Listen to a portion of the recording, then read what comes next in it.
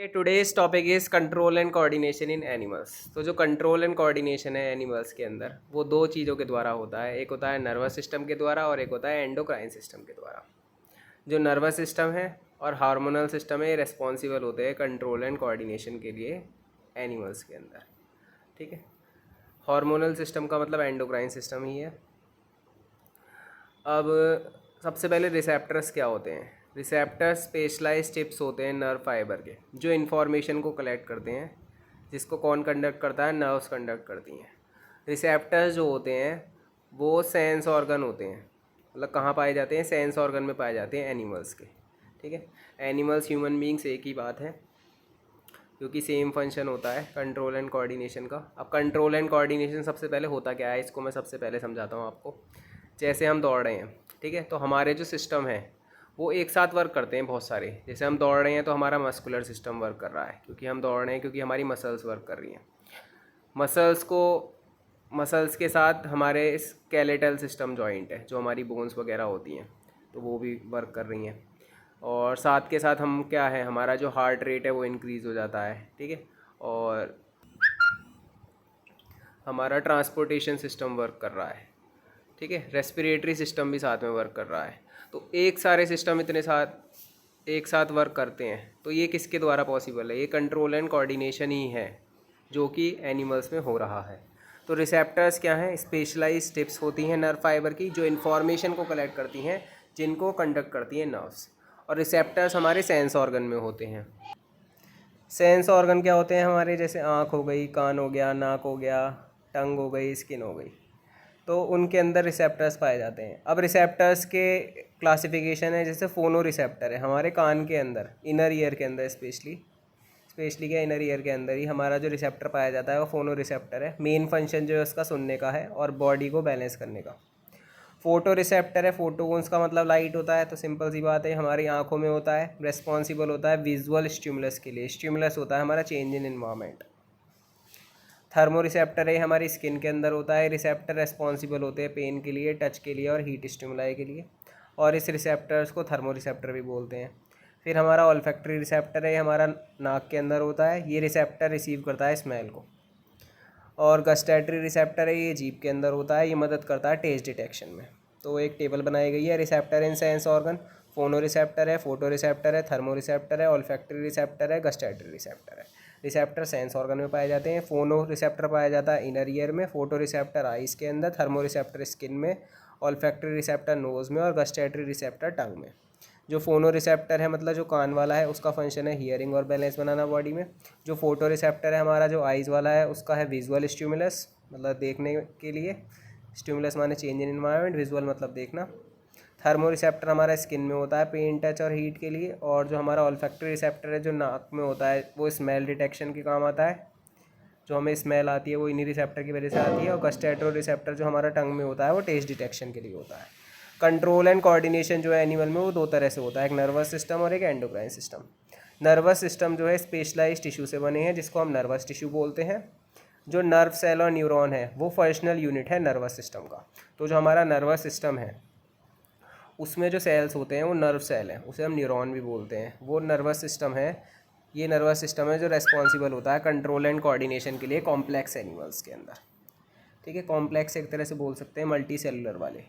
Nervous system की function है, information receive करता है इन्वायरमेंट से। सेकंड, इन्फॉर्मेशन रिसीव करता है वेरियस बॉडी से। थर्ड, एक्ट करता है according to muscles and gland, तो मसल एंड ग्लैंड के थ्रू वो एक्ट करता है। तो न्यूरॉन क्या है? स्ट्रक्चरल और फंक्शनल यूनिट है नर्वस सिस्टम की। तो जो हमारा नर्वस सिस्टम है, ठीक है, उसकी स्ट्रक्चरल और फंक्शनल यूनिट हमारी क्या है? न्यूरॉन है। न्यूरॉन क्या है? अभी एक हाईली स्पेशलाइज सेल है, जो रेस्पॉन्सिबल होता है नर्व इम्पल्स को ट्रांसमिट करने के लिए। ठीक है, तो जो हम जैसे हमें किसी ने नोचा सपोज कीजिए, तो वो जो सिग्नल हमारे दिमाग तक पहुंचता है, वो जिस सेल के थ्रू पहुंचता है, वो एक तरह से नर्व सेल है या फिर न्यूरॉन है।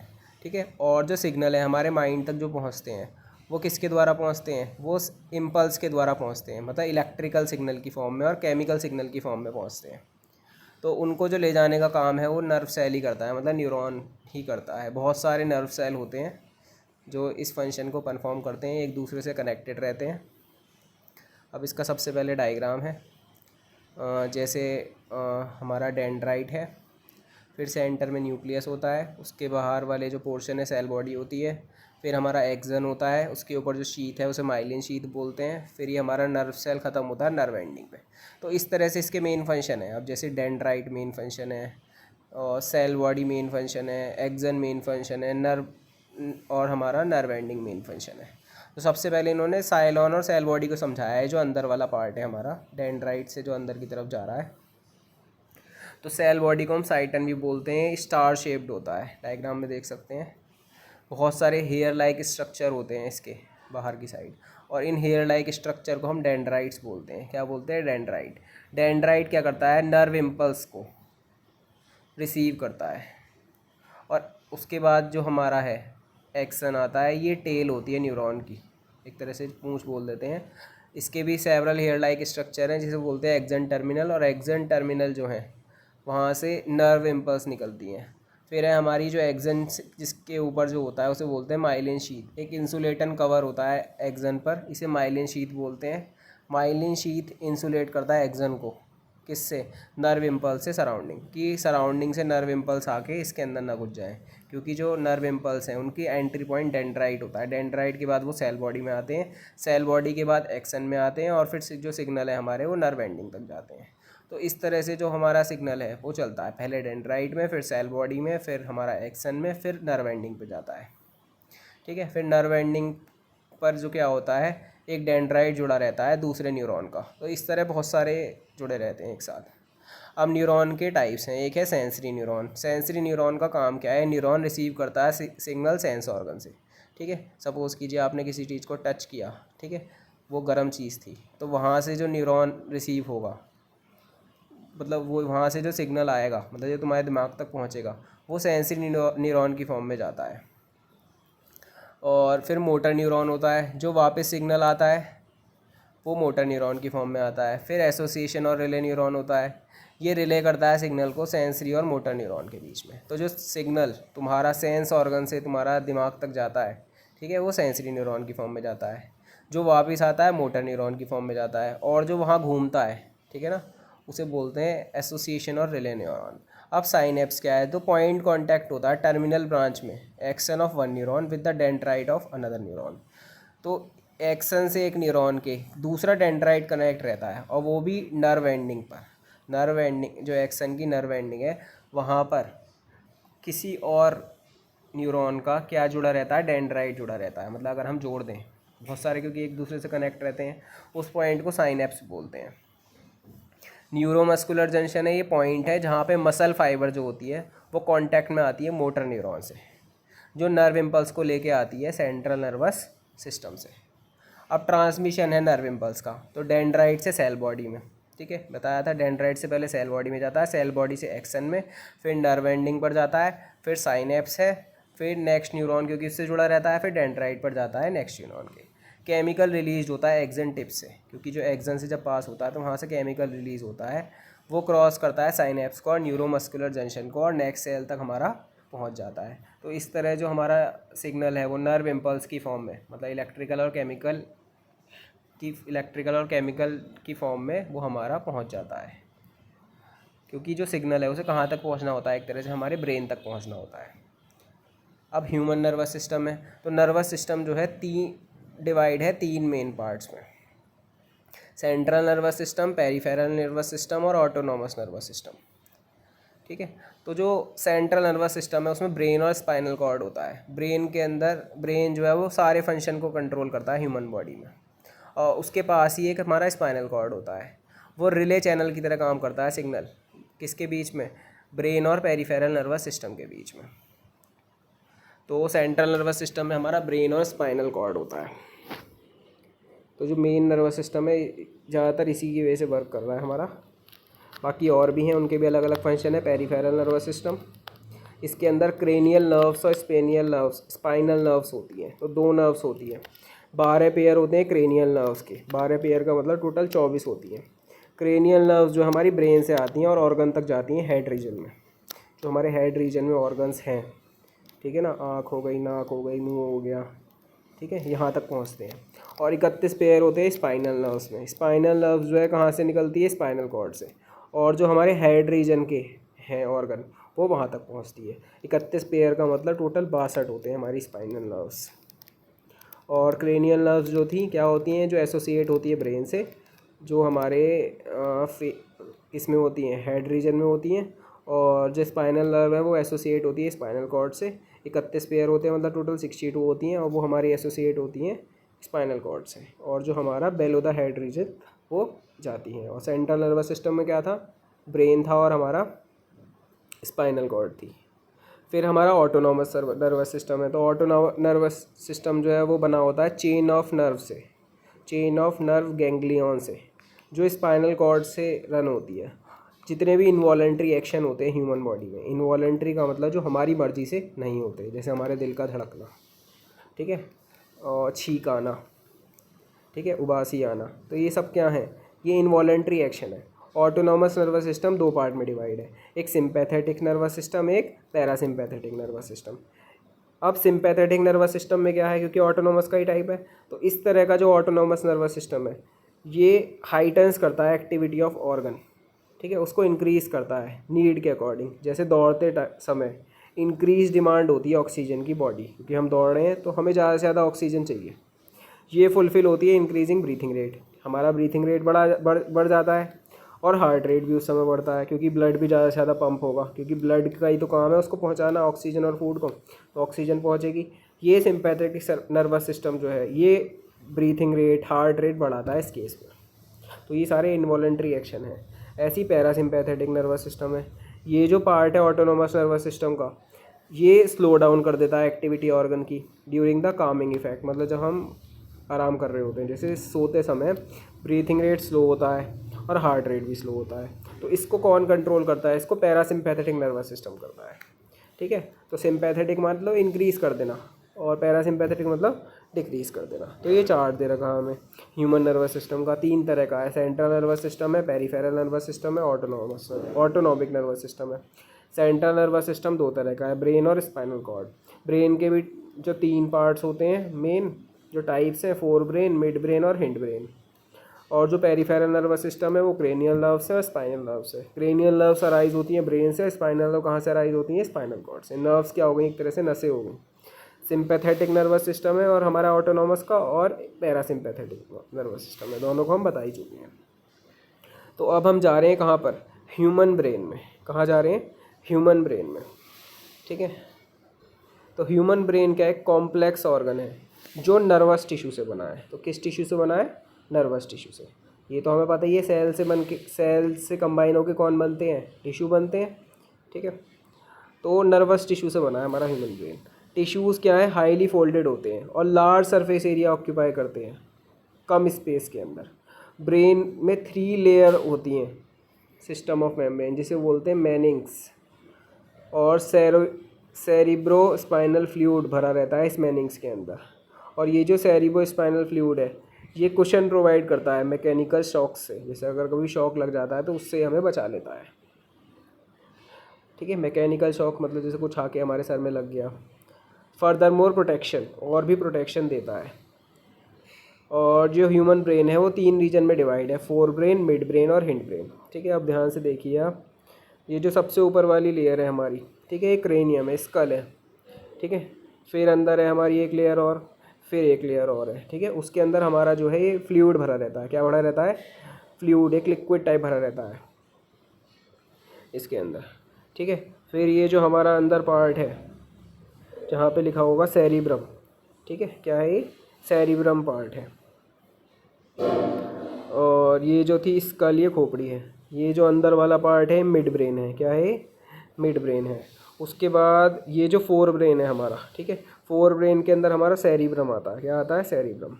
ये मिड ब्रेन है। मिड ब्रेन के अंदर हमारा एक ग्लैंड आता है जो होता है हाइपोथैलेमस ग्लैंड। कौन सा ग्लैंड आता है, हाइपोथैलेमस ग्लैंड। फिर हमारा क्या है, हिंड ब्रेन है। हिंड ब्रेन में एक पॉन्स आता है, एक मेडुला आता है और एक सेरिबेलम आता है। अगर हम बात करें सेरिब्रम की, तो एक पार्ट होता है फोर ब्रेन का, ठीक है। और सबसे जो बड़ा जो हमारा पार्ट है ह्यूमन ब्रेन का, ठीक है, वो ये सेरिब्रम ही होता है।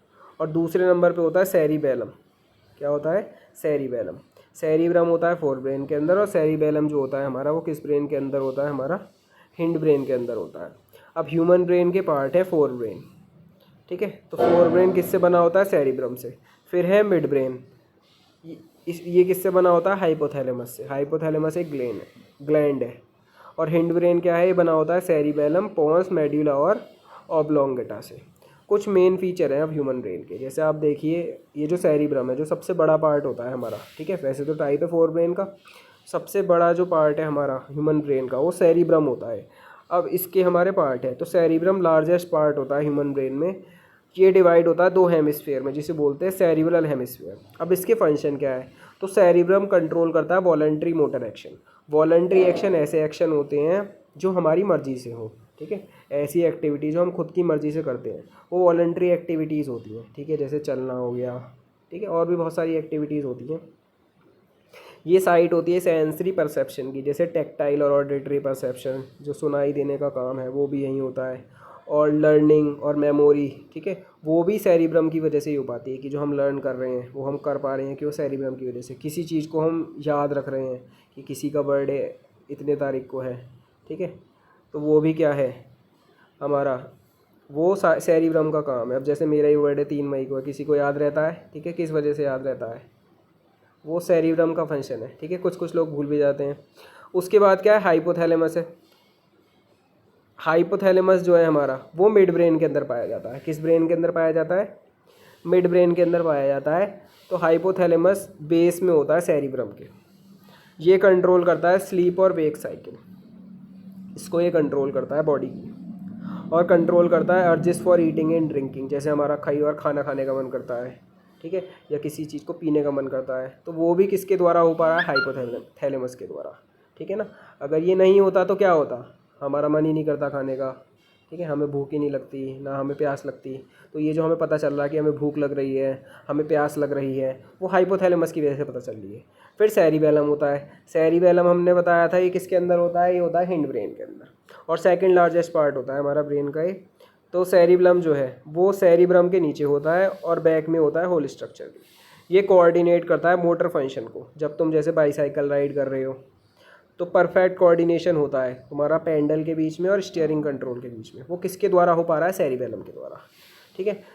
तो ये जो बैलेंस बनाने का काम है सेरिबेलम के द्वारा हो पा रहा है।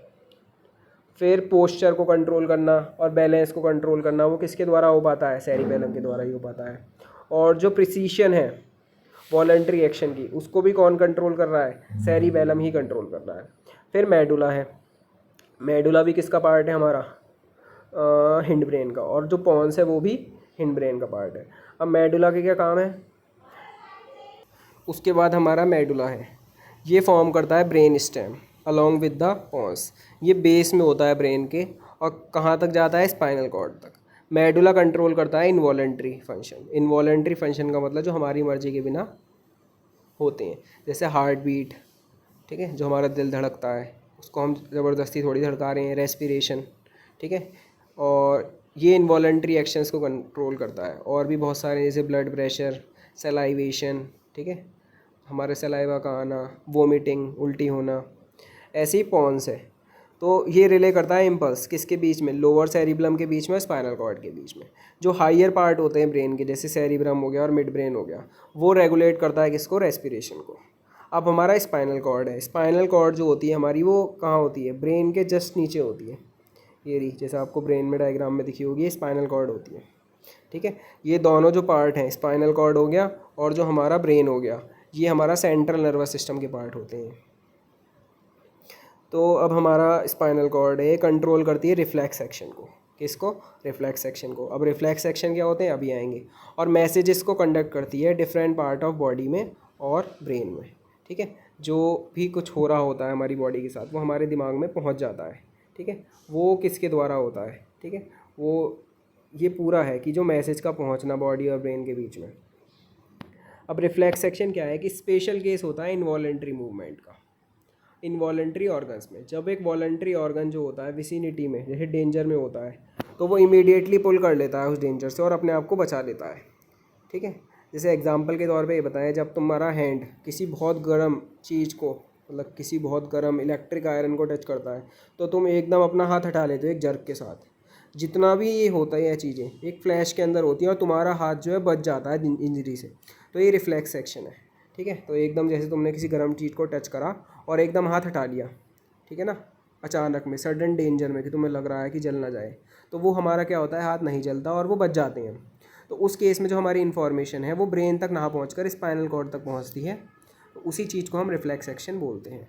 अब रिफ्लेक्स आर्क क्या है? रिफ्लेक्स एक्शन के दौरान जो पूरा पाथ कवर हो रहा है, ठीक है, वो हमारा रिफ्लेक्स आर्क होती है। जैसे डायग्राम के थ्रू बताते हैं, जैसे हमने गर्म बर्तन को छुआ तो हमारे स्किन में रिसेप्टर होता है, हमने पढ़ा था। अब ये क्या होगा, हमारे जो सिग्नल हैं फ़ौरन एकदम एक्टिव हो जाएंगे, क्योंकि हमारे बॉडी में न्यूरॉन्स होते हैं, सेल जो सिग्नल को पहुंचाते हैं ब्रेन तक।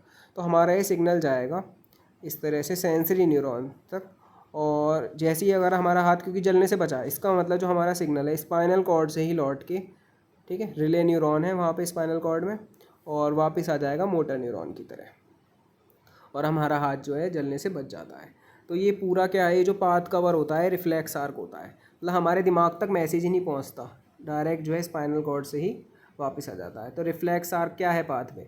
तो सबसे पहले रिसेप्टर है जो हमने टच करा हाथ, सिग्नल फिर जाएगा सेंसरी न्यूरॉन की फॉर्म में, फिर वापस रिले न्यूरॉन, और फिर लास्ट में जो लौट रहा होगा वापस का मतलब जो स्पाइनल कॉर्ड में जो मूव करता है वो रिले न्यूरॉन की फॉर्म में, और जो वापस आएगा वो मोटर न्यूरॉन की फॉर्म में, और इफेक्टर तक आता है।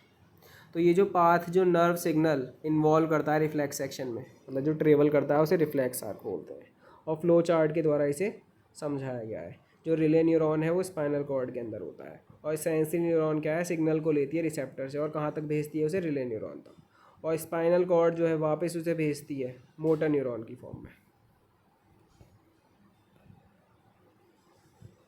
ठीक है। तो रिफ्लेक्स आर्क पास होती है लेवल पर स्पाइनल कॉर्ड के, और सिग्नल जो इन्वॉल्व होता है रिफ्लेक्स एक्शन में वो ब्रेन तक ट्रेवल नहीं करता। तो रिफ्लेक्स एक्शन में क्या होता है, वो जो सिग्नल है हमारा ब्रेन तक नहीं जाता।